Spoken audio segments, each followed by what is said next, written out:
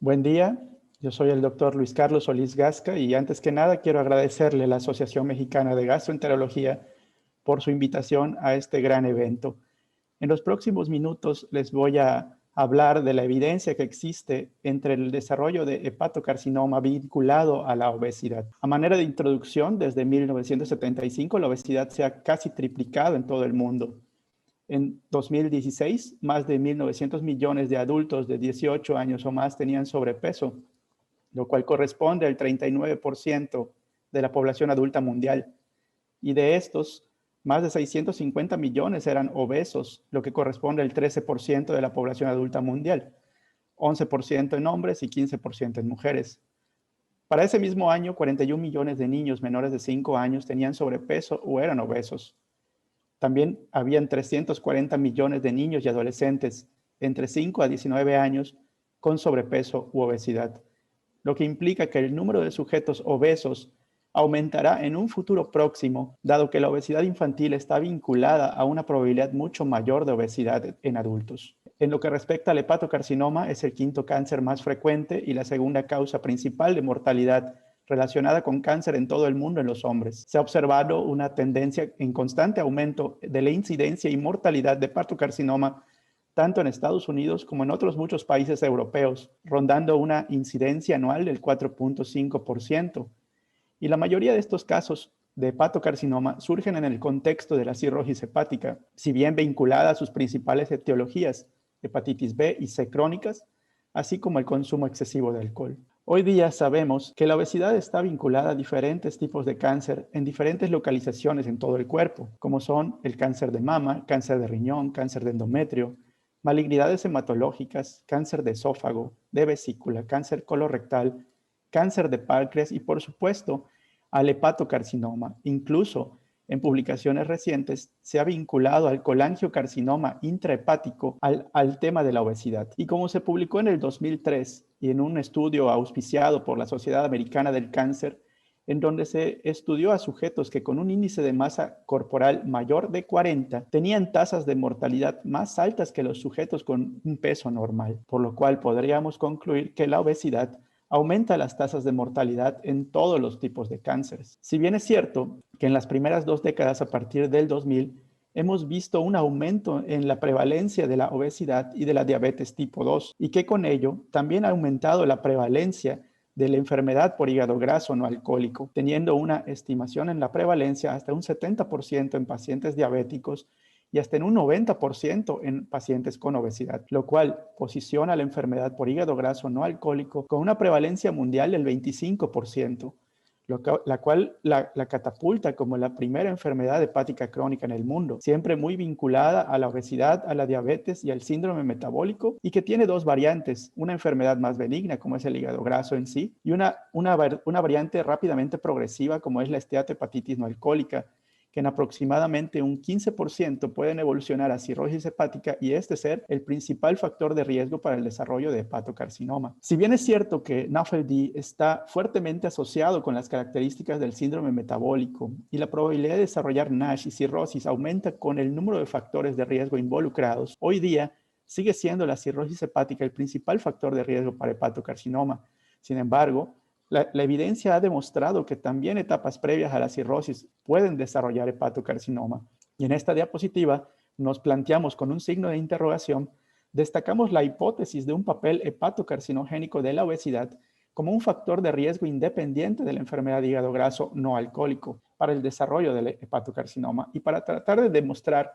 esta asociación, seleccioné 4 estudios que se publicaron en las primeras 2 décadas del 2000. Y quiero empezar por este estudio de Corte en Londres 2005, en donde se dio un seguimiento a 18,000 empleados de gobierno por un tiempo de 28 años y se demostraron tasas de riesgo del 3.76 de riesgo de hepatocarcinoma en pacientes con obesidad. Larson en 2007 publicó un metaanálisis de estudio de cohortes en donde se evaluaron las asociaciones entre obesidad y hepatocarcinoma y se demostró que sujetos con sobrepeso u obesidad tenían un 17 y 89% mayor riesgo de hepatocarcinoma que sujetos con peso normal. En 2008, una revisión sistemática y metaanálisis de estudios observacionales prospectivos evaluaron la fuerza de las asociaciones entre el índice de masa corporal y diferentes tipos de cáncer, mostrando que el riesgo de cáncer de hígado aumentaba aproximadamente un 25% por cada 5 kilogramos por metro cuadrado de aumento del índice de masa corporal. Finalmente, en 2014, en Dinamarca, se reveló que un mayor índice de masa corporal en la infancia aumenta el riesgo de cáncer de hígado primario de adultos con un riesgo de desarrollo de hepatocarcinoma de 1.36 por unidad de aumento del índice de masa corporal, lo cual nos hace concluir que la obesidad en sí misma ha demostrado ser un factor de riesgo independiente para el desarrollo de hepatocarcinoma. Ya hay varios estudios poblacionales, tanto en Estados Unidos, Europa, Taiwán, que muestran que la obesidad se asocia a un incremento en la incidencia de hepatocarcinoma. Sin embargo, también en un metaanálisis de estudio de casos, controles y cohortes, mostró que la diabetes, como un factor de riesgo independiente, también se asocia a un mayor riesgo de hepatocarcinoma. Hoy día sabemos que hay un efecto modificador del riesgo de hepatocarcinoma en pacientes con hepatitis B y C que además tienen obesidad y diabetes, como se demostró en un estudio en Taiwán que mostró un incremento de más de 100 veces el riesgo de hepatocarcinoma en portadores de hepatitis B y C crónica que también tenían obesidad y diabetes. Más evidencia nos ha mostrado que alternativamente al índice de masa corporal, otros parámetros que reflejan la grasa corporal también pueden ser estimaciones útiles del riesgo de hepatocarcinoma, como se demostró en un estudio europeo prospectivo que incluyó más de 359,000 casos sobre cáncer y nutrición, y que reportó que todas las medidas antropométricas se asociaban positivamente con el riesgo de hepatocarcinoma, particularmente en lo que se destaca la relación cintura-cadera y cintura-altura, que mostró una asociación más fuerte con hepatocarcinoma. Además, el aumento de peso durante la edad adulta se asoció positivamente con el hepatocarcinoma. Por otra parte, niños con sobrepeso, como lo demostró un registro danés que incluyó más de 372,000 niños nacidos entre 1930 y 1989, mostró una razón de riesgo de cáncer de hígado en adultos de 1.20 y 1.30 por aumento de un puntaje Z del índice de masa corporal en una unidad a los 7 y 13 años respectivamente. Esto significa que la asociación entre el índice de masa corporal infantil y el hepatocarcinoma aumentó ligeramente con la edad del niño, y a la edad de 13 años el riesgo había aumentado al 30% por cada unidad de aumento de la puntuación Z del índice de masa corporal.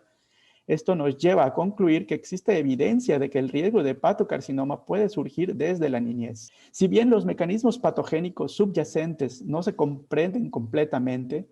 pero un efecto directo de la obesidad sobre la resistencia a la insulina y la perpetuación de un entorno proinflamatorio asociado con la obesidad juega un papel clave en el daño al DNA. De hecho, pacientes con características del síndrome metabólico como único factor de riesgo para la enfermedad hepática, el hepatocarcinoma parece tener características morfológicas distintas y se produce principalmente en ausencia de una fibrosis significativa del hígado.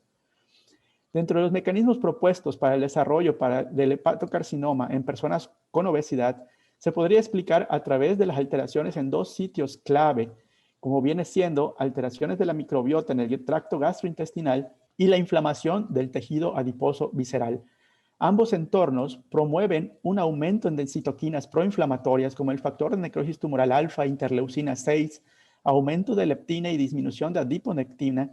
que condicionan un aumento en la proliferación celular y disminución de la apoptosis. Por otra parte, la hiperinsulinemia y el aumento de ácidos grasos libres condicionan un entorno de lipotoxicidad, lo cual, mediado por especies reactivas de oxígeno, promueven un daño al DNA y con esto promueven el daño hacia el desarrollo de hepatocarcinoma. Si bien, además del NASH, la presencia de fibrosis avanzada o de cirrosis, se han descrito recientemente otros factores de riesgo independientes para el hepatocarcinoma, con evidencia progresiva creciente, como es una edad mayor de 55 años, diabéticos como un factor de riesgo independiente, la obesidad que aumenta hasta 8 veces ese riesgo, predisposición genética, consumo excesivo de alcohol y pertenecer al género masculino. En lo que respecta a la esteatohepatitis, que es algo siempre muy vinculado a la obesidad y que hoy día es la etiología de mayor crecimiento en las listas de trasplante hepático por hepatocarcinoma, como fue demostrado en esta gráfica publicada en el 2019, en donde se enlistaron las principales etiologías de desarrollo vinculadas a trasplante hepático y donde se demostró que el NASH incrementó del 6.4 al 22% su prevalencia del 2002 al 2016, siendo lo más interesante que el 30% de los hepatocarcinomas se encontraron en ausencia de cirrosis hepática, lo cual nos lleva a la siguiente pregunta de cómo debería ser el tamizaje y la vigilancia de estos pacientes. Y hoy día nos queda claro que pacientes con cirrosis hepática secundaria y enfermedad por hígado graso no alcohólico, que tienen un riesgo anual del 1 al 3%, y principalmente si son hombres obesos, diabéticos, hispanos, con edad avanzada y con consumo excesivo de alcohol, deben llevar una vigilancia periódica. Igualmente queda claro que pacientes con enfermedad hepática grasa sin fibrosis hepática avanzada, esto es un F0 o un F2, tienen un bajo riesgo anual, por lo cual no se justifica una vigilancia periódica. Y quedará como una pregunta el papel de los factores de riesgo genético en la identificación de las personas con mayor riesgo en etapas anteriores, que esto aún está en una etapa de investigación activa. Sin embargo, no hay datos claros que justifiquen el cribado rutinario de hepatocarcinoma basado en el riesgo genético en NAFLD en este momento. Y finalmente, pacientes con enfermedad por hígado graso con fibrosis avanzada, un F3, queda también la pregunta de si deben o no incluirse en un programa de vigilancia periódica de riesgo de hepatocarcinoma. Finalmente, para concluir,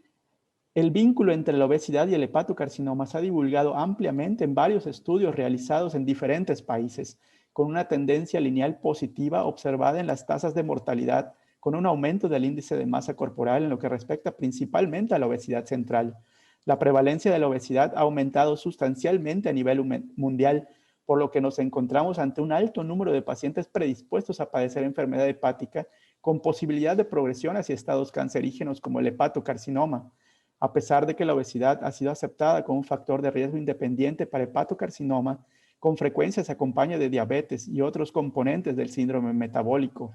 La fisiopatogenia del hepatocarcinoma en la esteatosis es única y está relacionada con esteatosis, resistencia a la insulina y un estado proinflamatorio apoyado por diabetes, obesidad y otras condiciones del síndrome metabólico. Cofactores como diabetes, obesidad, género masculino, raza hispana, edad avanzada y posiblemente predisposición genética pueden aumentar el desarrollo de hepatocarcinoma. Y finalmente, la cirrosis hepática sigue siendo el principal factor de riesgo para el desarrollo de hepatocarcinoma, y para los pacientes no cirróticos, la presencia de fibrosis avanzada sigue siendo un factor de riesgo importante para la aparición de hepatocarcinoma, quedando la pregunta al aire si debemos incluirlo o no a programas de vigilancia periódica. Por su atención, muchas gracias.